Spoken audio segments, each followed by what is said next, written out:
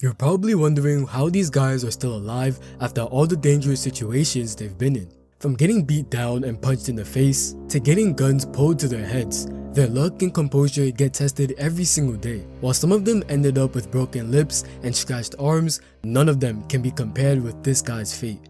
He got shot on the spot after a short altercation between him and a DoorDash delivery driver who was picking up food from a mall. And if these guys won't stop messing with random people on the street, I can almost guarantee you they'll end up exactly the same. Tanner Cook is known for his wild and risky pranks and is considered the mastermind behind the YouTube channel Classified Goons. With a growing subscriber base, he's constantly pushing the limits to get the most shocking reactions and views. But his pursuit of viral fame came at a high cost when one of his pranks took a dangerous turn. As the name suggests, the pranks are classified as dangerous, portraying Tanner as a tough goon not to be messed with. However, the reality is quite the opposite. While Tanner elicits responses from his prank victims for views, one day he didn't get the response he expected. On April 2nd, 2023, during one of his pranks in a Virginia mall, Tanner was required urgent medical care after an angry guy who was supposedly a victim of Tanner's idiotic humor decided to pull out a gun and fire at him in the middle of the mall, leaving him moaning in pain. Now, I'm not trying to be rude to him or anything, but what else was he expecting? At most a punch or some insults back at him, but never a bullet. While the shooter was picking up some food for his DoorDash job, Tanner decided it was a great idea to play the sound, "Hey dip, quit thinking about my twinkle. What's that? Hey dip, quit thinking about my twinkle." multiple times in his ears. Now, obviously, Alan wasn't comfortable around Tanner and his behavior, as he even kept following him through the mall with the same stupid joke. The situation escalated quickly after the shooter even tried to shove the phone out of his face, but to no avail.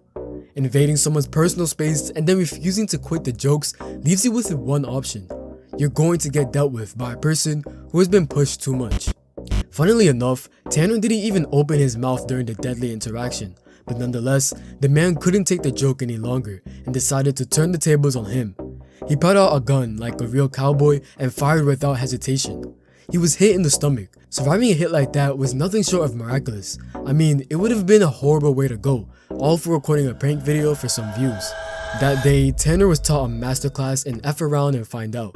That's what you're probably thinking, because he still didn't learn his lesson. To this day, he is still uploading prank content on his YouTube channel. I mean, what else would you expect after hearing some of his statements in the interviews?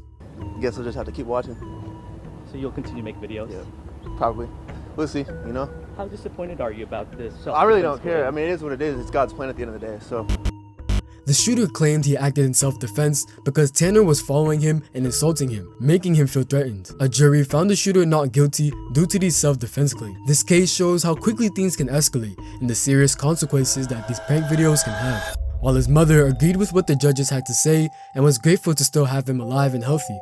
At the end of the day, you know, we respect what the jury says, and my family and I are just grateful and thankful that I have my son here, and nothing else matters right now.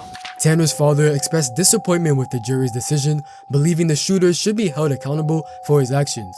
He emphasizes the severity of his son being shot and how it impacted his life, arguing that the shooter's response was excessive given the situation. Absolutely that he was guilty. The 20-second video shows that in no way was his life on the line and he did not need to have deadly force. Sometimes in having fun that things look like they go too far, but you know, he's not physically hurting anybody. He's just trying to be a goofball. If Tanner had passed away, the shooter would be facing even harsher penalties, like a potential life sentence. This whole situation shows how risky and dangerous prank videos can be, and we hope to never see incidents like this happen ever again.